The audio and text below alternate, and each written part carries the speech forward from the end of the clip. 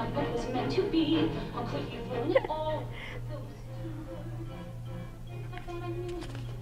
I'll tell you when to stop it. What did I miss? A kiss when I thought all along that we were meant to fall. Okay, you can stop it. Tears, how Okay. Have you ever watched an amazing performance and wondered how the performer got to that point? In this speech, I will be explaining the steps of choosing, learning, and performing a vocal selection, which I have learned over my 6 years of vocal study. So the clip I just showed you is from the musical Little Women, based off of the book of the same name, and the song is Astonishing, and it's sung by the character Joe. I recently learned this song, so I'll be referencing my process of learning this song throughout my speech. So as I said before, the steps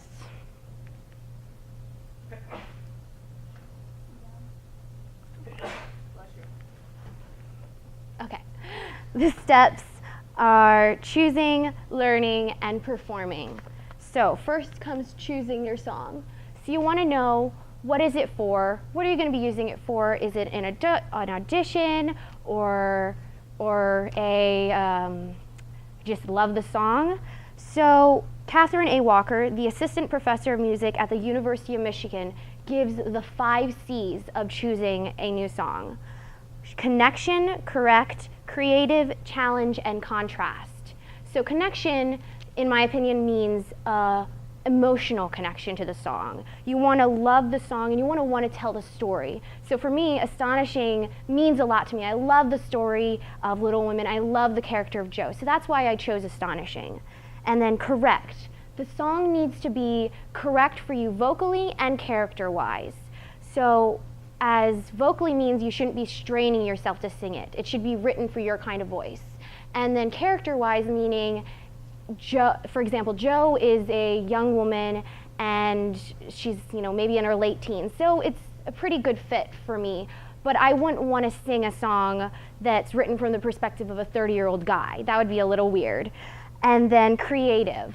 So you want to be thinking a little outside the box. No matter what genre you're doing, you don't want to be singing the top 10 of that genre, especially for an audition. If it's just for fun, then it doesn't really matter. Do what you really love because you want to have passion in the song.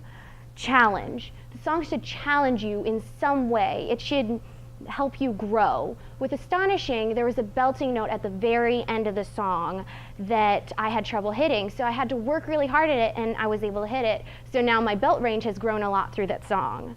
And then finally, contrast. That comes especially for an audition. And when you're singing multiple songs, you want to show as much of your voice as possible. You want to show what you can really do. And then once you've chosen your song, it's time to learn it technically. So technically meaning rhythm, notes, and breathing. You can go through your music, you mark where you're going to breathe to make sure that you have breath for the important parts of the song. Rhythm, take your metronome out, count it. With Astonishing, there was a part that I had so much trouble with the rhythm. I really had to work at it, but then I got it, and now I know it all the better because of the time that I had to take to learn the rhythm. And then adding character. So when you add character, you can add character through vocal nuances, body movements, or you can add character through dynamics. So Carrie Cole, a vocal coach, gives some tips on adding character. She says, number 1, it's very personal. You need to look at the lyrics and say it as you would from your point of view. If you were in that story, how would you feel? And then you can also monologue through your song and get find out where you need to put emphasis on in the words, and so that you know where to put emphasis for your singing. And then you also need to be memorizing the song. So Bruce Schoonmaker, a well-known director and actor, says that repetition is the best way to memorize anything. There's no magical way to memorize things. You just need to repeat it over and over again. Record the song or record yourself singing the song and just listen to it over and over and over again, and that will help you memorize the piece. And then finally, performing. So the main problem most people have with performing is nerves. Everybody gets nervous, And it's perfectly normal to be nervous because nerves comes from a care about what you're going to do. If you don't care about what you're going to do, you're not going to be nervous because you're like, whatever, it doesn't matter. Nerves means you care a lot about what you're doing. But just breathe, relax, and then also just tell your story, because the more you love the song, the more you show the audience how much you love what you're doing, the more they're just going to appreciate what you do. And they all want you to do well. And for me, when I'm performing, usually I don't look directly at anybody in the audience because that can be very distracting. You just look kind of above them. You don't want to stare straight at one spot because then they're going to think you're a zombie. But just have fun and tell your story. And so finally, now the next time you see somebody perform, you'll have a better idea of what went behind the work that went into that performance. So really quickly, I'm going to show you a cut, my audition cut, from the same song I showed you earlier, and I hope you enjoy.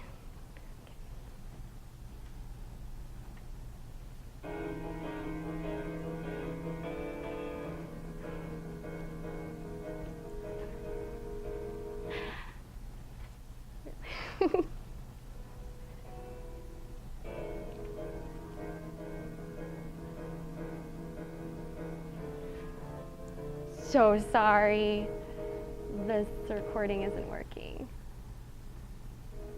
Okay.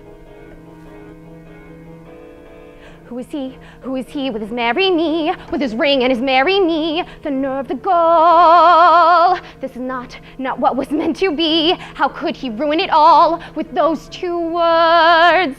I thought I knew him, thought that he knew me. When did it change? What did I miss? A kiss. When I thought all along that we were meant to forge frontiers, how could I be so wrong?